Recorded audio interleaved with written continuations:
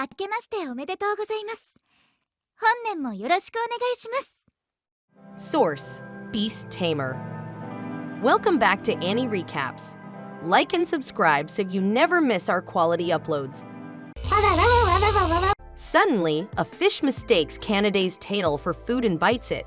She screams and Rain wakes up. He notices that the squirrels are not alarmed but decides to check on the girls. He rushes to the lake and gets ready to fight. To his surprise, he finds all 4 girls naked with Kanaday's tail wiggling with fish. He obviously takes a full minute to admire the view before blushing and turning around. All the girls are stunned and scream out. MC profusely apologizes after being able to see all of them. He's just sad because he failed. No Nut November challenge. Runa tries comforting Sora as she cannot believe Rain had seen her naked. MC promises to do anything for their forgiveness. Kanaday and Tanya approach him and ask if he is serious about doing anything. MC hesitantly agrees, but Tanya pokes his head, only to tell him to act normally. She says it was embarrassing for her to be seen naked. Kanaday adds that Rain had rushed in because he heard her scream, so Tanya feels that Rain's intention was noble, and they should not feel awkward about it. All the girls agreed with Tanya. MC thanked them for being so understanding. Tanya invites Rain to take a dip as well to help cool him off. Maybe this is because of all the heat he feels after taking a peek. Rain, without thinking, passes on the opportunity. I don't know about you guys, but to take a bath with 4 beautiful women, are you really going to say no? The twins start feeling that they were failures as familiars. Rain tries cheering them up by telling them he does not judge his comrades by their power or their contract, but the two still have doubts and question why he believes in them so much. Having already been abandoned once by their village, they feel the need to prove themselves to him, especially with strong people like Kanaday and Tanya by his side, establishing Runa and Sora as his precious comrades. Satisfied with his answer, the twins were prompted to eat after discussing such a heady topic despite having eaten before. However, they eventually encountered a handsome man accompanied by a pair of knights, who seems to be looking at the girls with seemingly ill intentions, inviting the girls to be with him, much to their dismay. MC steps in front of the girls to protect them. Edgar orders his men to attack MC. Of course, our OP MC easily disposes of the soldiers. Edgar threatens the villagers so MC would give up the girls. MC notes how the soldiers are spread out, and if he saves one villager, the others will get hurt. The twins offer to use magic, but MC thinks this will reveal their true nature and might be shunned by the villagers they had grown close to. He realizes that he can use Fireball as a spell that modify it to hit multiple targets at once. He does the Fireball multi-shot and hits all the soldiers. The twins note that this is a very special skill. Edgar leaves promising revenge on MC. The villagers and the twins all thank him for his heroic deed. A villager warns them and encourages them to leave Horizon. From a rooftop, a hooded figure watches over them and smiles while holding an enchanted ring. At the inn, the twins share the events with Kanaday and Tanya. They assume that MC got the power from their contract with him. MC now has the fairies' magic proficiency together with Tanya's powerful magic. MC reflects on how the townfolk have it bad with Edgar running the town. They wonder why the Order of Knights would not take action. Tanya suggests she just burned down the Lord's mansion, but MC advises caution. MC wants to save everyone but feels he is not a hero. He also does not want to put the girls in danger. Kanaday reads his thoughts and tells MC that they want to save everyone too. They all decide to save the town. At night, Edgar informs his father he will take care of everything. Captain Gilade of the Order of Knights tells Edgar he will take care if there would be complaints about what happened. Edgar asks him to investigate Rain and throws him a bag full of coins. He rings a bell and a girl comes in. He grabs the girl and takes out his frustration on her by beating her up. She passes out while begging for someone to help her. MC and Kanaday go to the Order of Knights to file a complaint. However, their complaint against Edgar is dismissed as a small petty fight. When Kanaday tries to explain how Edgar tried to abduct the twins, the knights tell them they will arrest them for defamation of Edgar's name. A girl hears their conversation behind one of the pillars. As they walk back, MC tells Canaday of his suspicion that the Order of Knights is in league with the Lord to help erase his wrongdoing. The girl who eavesdropped on their conversation earlier revealed herself to them. She is Stella in place and is the vice captain of the Order of Knights in the village. She thanks them for eliminating the Ebon Fangs. She asks them to work with her to expose the evil deeds of the Lord and the corruption of some of the knights, including her captain. MC is doubtful at first, but Canaday assures him that Stella is a good person as she has sensed it. Stella is excited about their cooperation and asks MC why he decided to file the complaint. He explains that he just could not stay silent about the injustice. Stella laughs and apologizes for laughing. She is shocked by his simple honesty and says she likes this about him. She sheds a tear as if she wished she could have just done the same thing earlier. MC comforts her and tells her it is not too late. They decide to make a trap so they can expose the corrupt knights and the Lord. The knights are informed of a rumor regarding evidence inside a warehouse outside town containing evidence of their collusion with the Lord. Gallet decides to go after it as its exposure will end his career and Edgar's. They break into the warehouse and are trapped inside by the twins. MC takes down each of the knights one by one with the help of the weapon the dwarf crafted for him. He targets Gallet, but he is able to block it.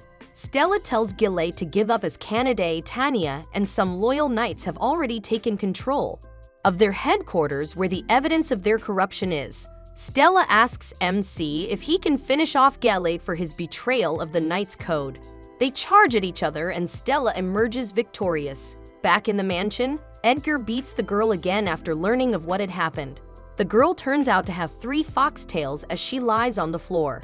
Edgar plans on counterattacking his enemies with 100 men he has, but a hooded figure appears. He tells him he also hates MC and gives him an enchanted ring that draws on negative emotion for power to help him kill MC.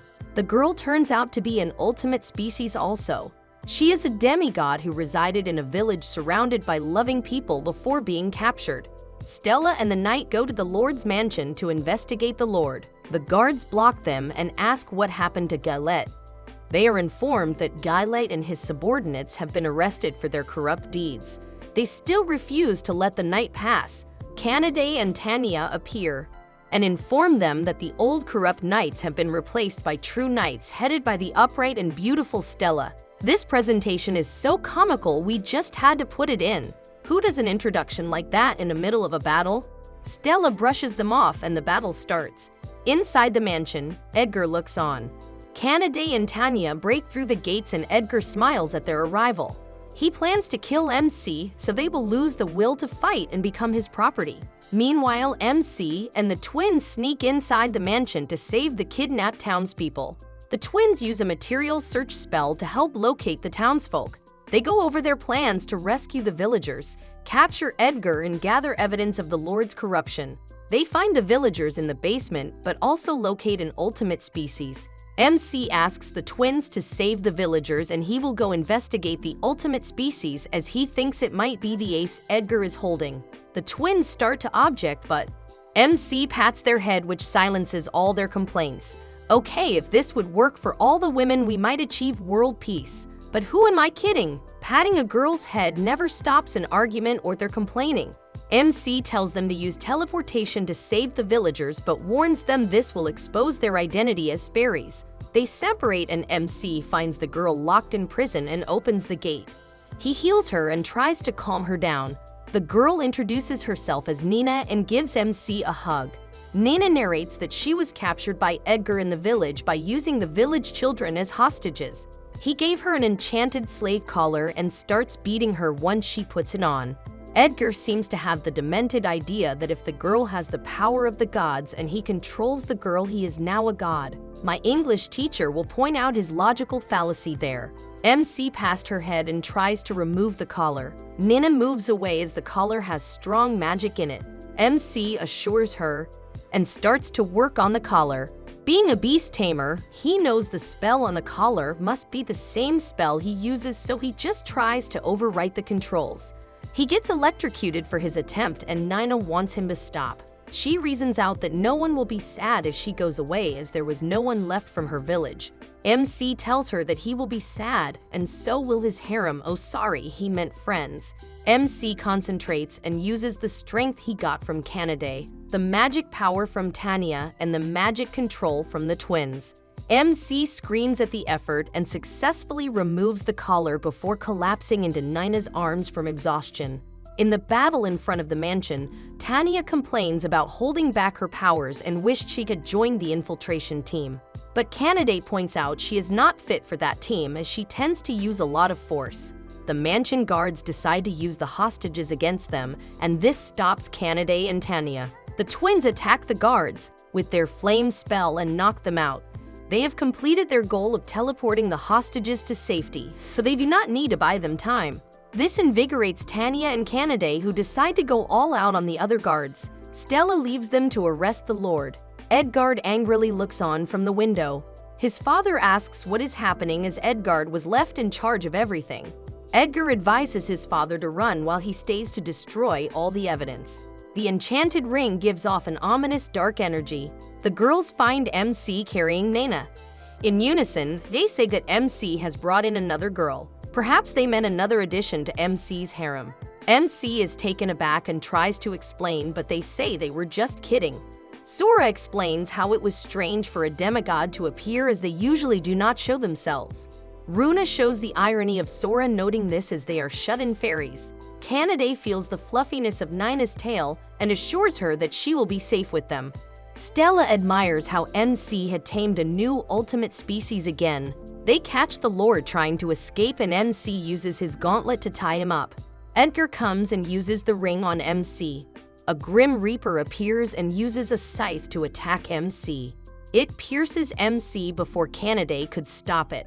The hooded figure laughs at the sound of Kanade's screams. The mysterious figure is revealed to be the hero, Arios, who leaves after MC gets hit.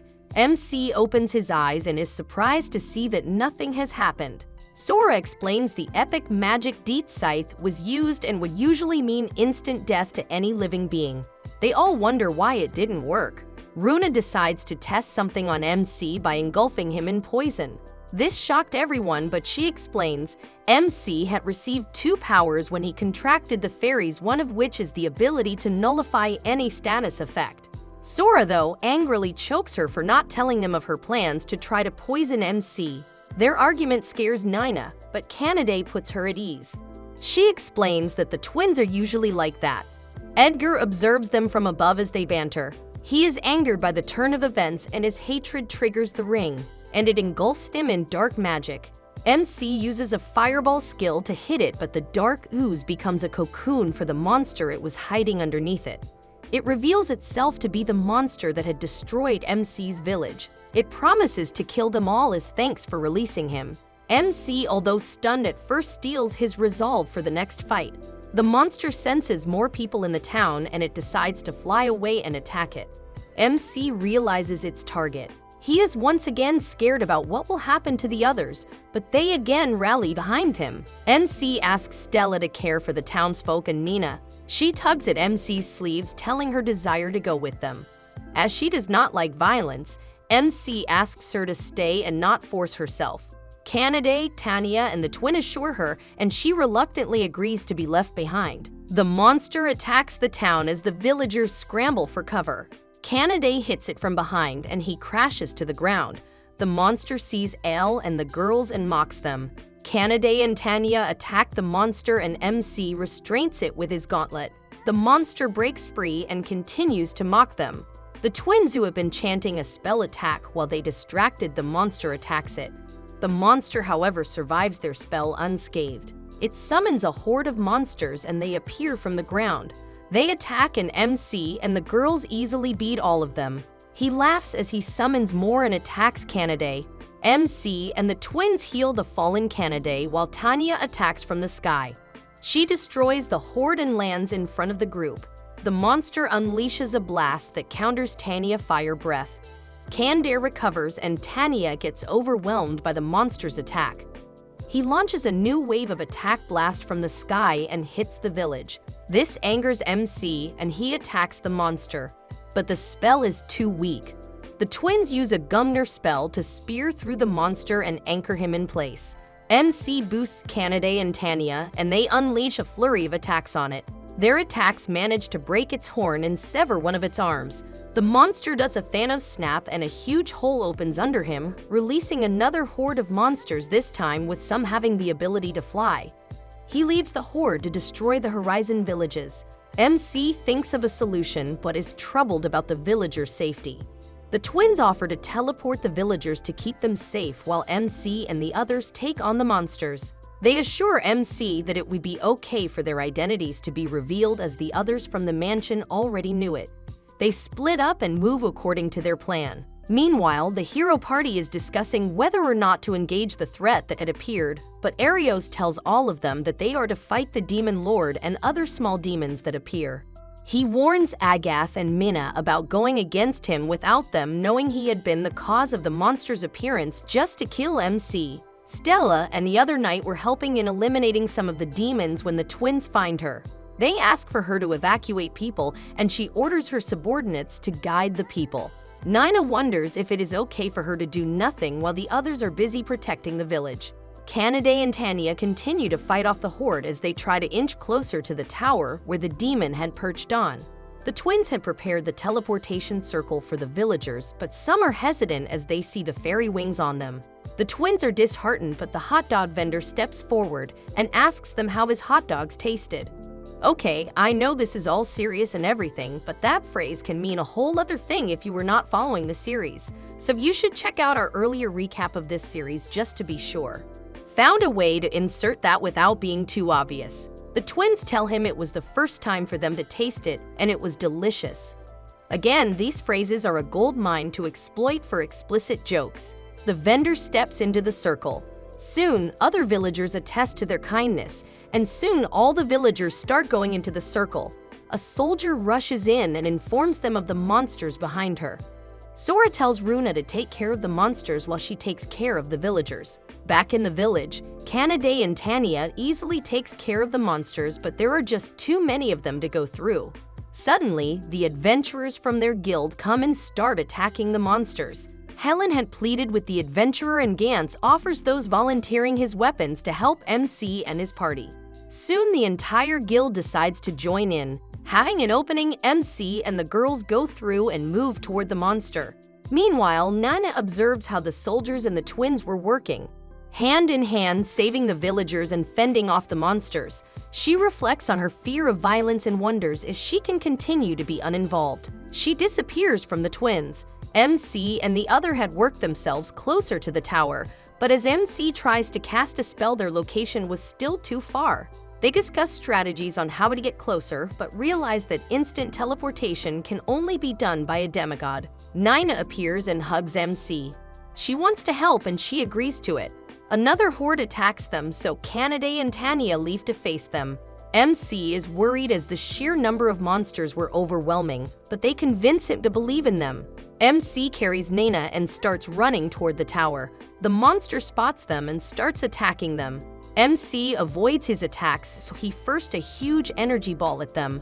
Nanny uses her instant teleport to escape and bring them closer to the monster.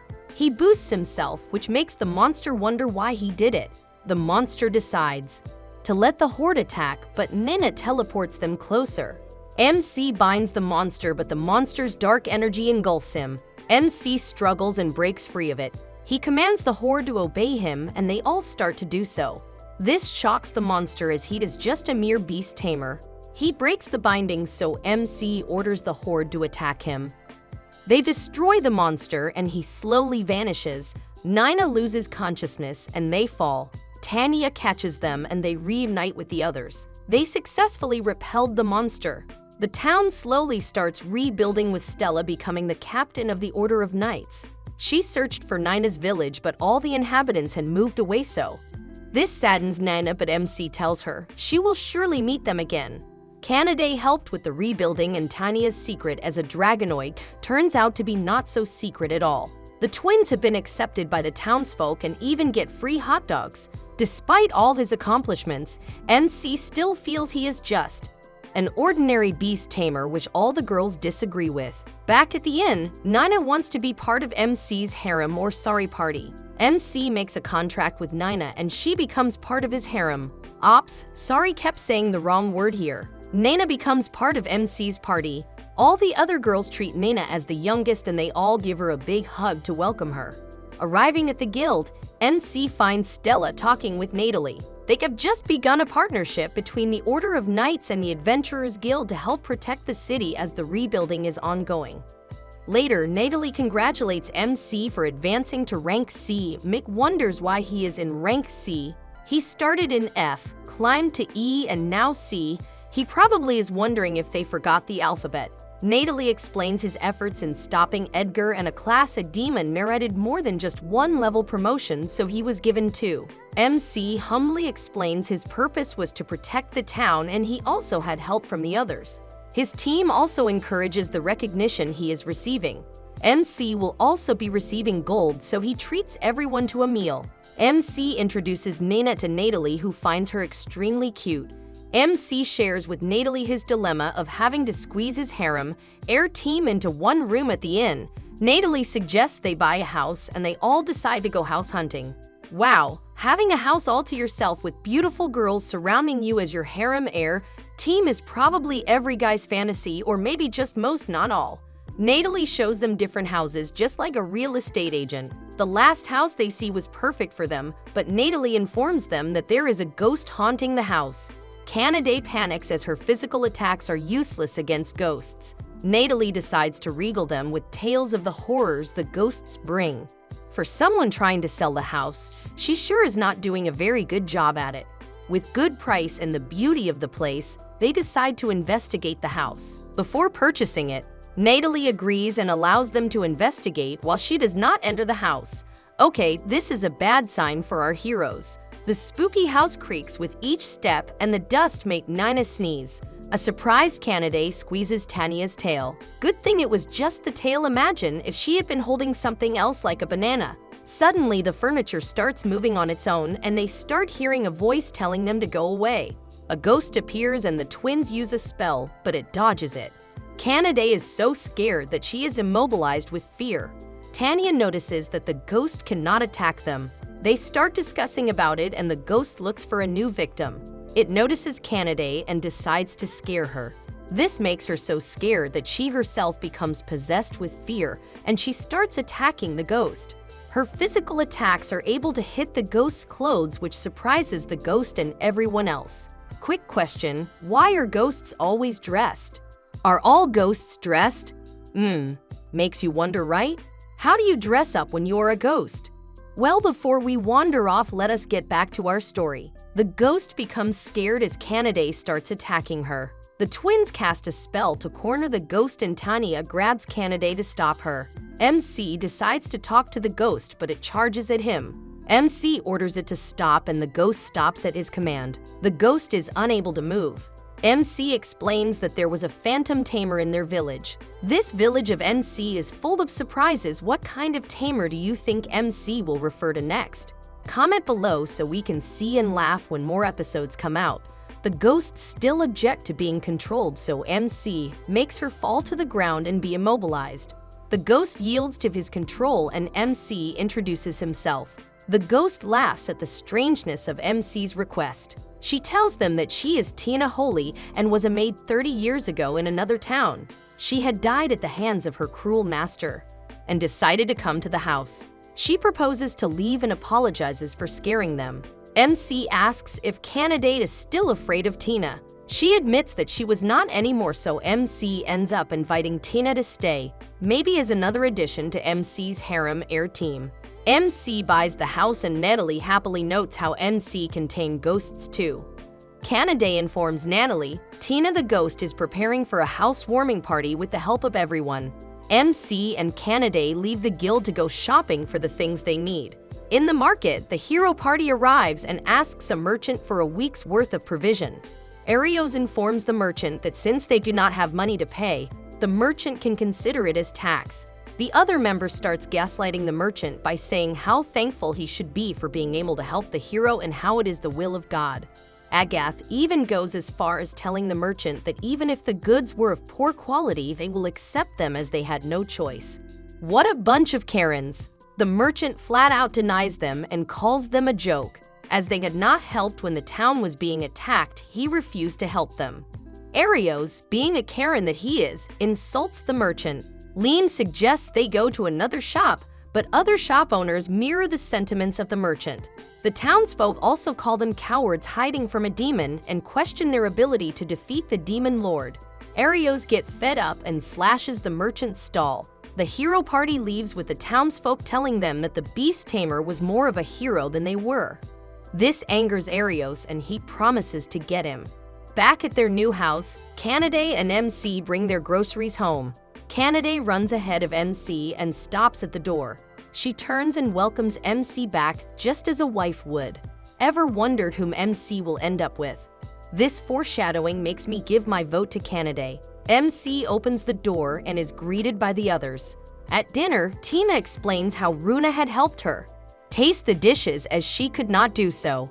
Runa explains how she used to be the best at making vegetable dishes in her village. She also asks them not to let Sora do the cooking. Nina is confused about what to eat with the numerous choices. Tanya looks for all the meat dishes while Canaday looks for all the fish. Tina reminds them to eat a balanced meal. In the middle of all the banter, Nina thanks MC as she really feels accepted and not alone anymore. This quiets the other girls while it brings MC memories of his past. He realizes that since he had lost everything that day, he had felt a hole in his heart. The other girls chime in and share how because of MC, they are all not alone anymore. MC recollects how the hero party did not fill a hole in his heart when he joined them. But meeting everyone after living the hero party made his heart warm. MC briefly sees his parents and himself as a child. This brings tears to his eyes without him noticing. When Canaday points it out, he dodges the topic saying he is just very hungry already. They start sharing their favorite dishes and start their wonderful dinner. MC narrates how his story as a banished beast tamer who met a cat-eared girl belonging to the ultimate species, and taming her is just in the prologue. Wow, that was the longest prologue I have ever seen. I wonder what the first chapter will actually be like. Thank you all for watching until the end. It was my favorite recap work since I got to all these positive comments. So I'll pretty much won't forget making this video, and surely don't forget to hit like and subscribe. We also appreciate all your comments as this keeps us going despite all the obstacles.